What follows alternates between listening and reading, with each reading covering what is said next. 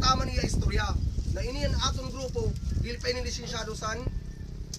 City Hall, pero pag lisensyado talaga ini ipapaglabang ini paglaban nato ni pag may SIC number kita pagwan sa binastos ini lalo na ang banner ra ilog sila na sinunog na dili nato marabang lalo may SIC number na pwede nato siyang pailan sin kaso ang number 1 sila na bagang paninirang banner ina siya kay ina tinuyo ko ina na umintos itong naggiridong kita na sinunog ko san dili man sabi na sunog ina talaga tinuyo ina na uminto na pagisan iya daw siguro may pagkawa siya or trip pa niya sa sadiri pero wrong sa under sa isad na unity organization pag ang isad na flat sheet isad na banner ginlangasan mi na dili lang isad ang imo kontra halos tanan pero ina siya na tao man na nagsalubong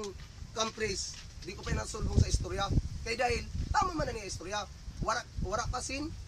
SIC kita SIC number pero pag maka-register din na masinsino siya na persona kaya nato na palagang lisensyado kita may ginabayadan kita sa tax sa gobyerno na uminto amin ang gusto ko man ipawitid sa grupo naton na natong grupo